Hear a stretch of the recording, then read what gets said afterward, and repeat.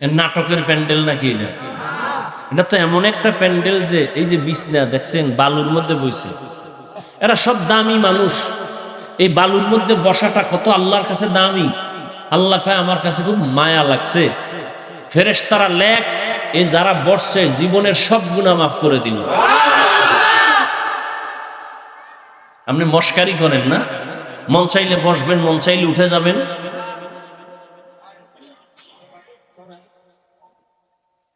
আল্লাহকে ভয় করেন। আল্লাহ বলেন ও মুমিন আমাকে ভয় করো। এখানে যারা আছে সবাইকে যদি আমি বলি আপনারা কারা কারা আল্লাহকে ভয় করেন, সবাই হাত উঠাইবে না? অথচ সুদের টাকায় চলে, সেও বলে আমি আল্লাহকে ভয় করি, হাত তুইলা উঠাই বলবে আমি আল্লাহরে ভয় করি। অনেক চালাক বলবে আমরা হুজুরগো থেকে বেশি ভয় করি। অথচ নামাজ নাই, রোজা নাই, তেলাওয়াত নাই, পর্দার খবর নাই। দেখছেন না? মনে হয় যেন জীবনে এমন ঈদের আনন্দ করে নাই। এই ঈদে যেই পরিমাণ আনন্দ, আনন্দের আর এক নাম হলো জেনা, বেবিচার। জেনা চলছে, জেনা, চোখের জেনা, কানের জেনা, হাতের জেনা। ঢাকার শহর সহ সারা দেশের মধ্যে নাচ গান। এটা কি মুসলমানের কাম্য? মানে জনমের মতো ঈদের আনন্দ করছে, নারী পুরুষ সমানে। কয়েকদিন আগে দেখো নাই থাইল্যান্ডের মধ্যে ভূমিকম্প? ওই মায়ানমারে ভূমিকম্প। বারবার কিন্তু প্রচার মিডিয়ায় বারবার বলতেছে ঢাকার অবস্থা ভয়ানক, এমন ভূমিকম্প হবে, মাত্রা বেড়ে যাবে যে সব ধ্বংস হয়ে যাবে। বাংলাদেশটা ধ্বংস করতে একটা সেকেন্ডের সময় লাগবে না। সেনা বেবিচার যত বাড়বে তত আল্লাহর গজব আসবে, বারবার বারবার ভূমিকম্প হবে। ও আমার কলিজার যুবক, আল্লাহ তো বিবাহ হালাল করেছে, তুমি কেন হারাম পথে দৌড়াও?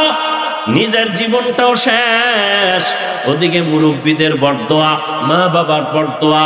হালাল ভাবে যদি চলতা তোমার সম্মানও থাকতো, ইজ্জতও যাইতো না, জীবনও নষ্ট হতো না। এরে আল্লাহর বান্দা, সব কিছুর মূলে আল্লাহর ভয় নাই। এত বয়ান কেন করব?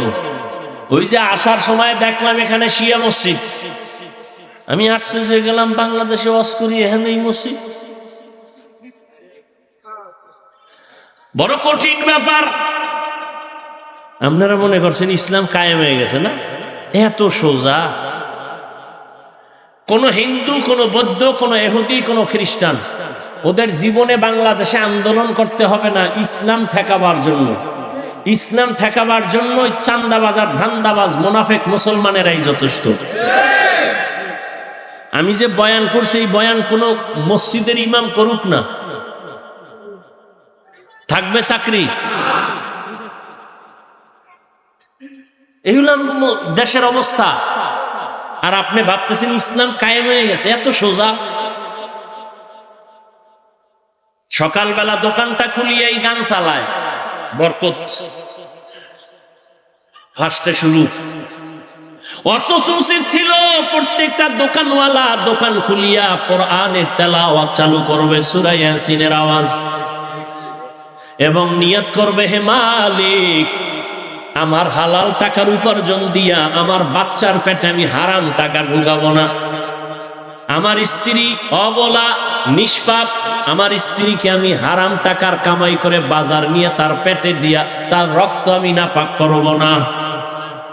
যারা হারাম খাইয়া হারাম টাকা দিয়া সম্পদ গড়ায় ঘরে পাঠায়, নিষ্পাপ বাচ্চাটার রক্ত নাপাক করলা হারাম খাওয়াইয়া, স্ত্রীর রক্ত নাপাক করলা হারাম দিয়া।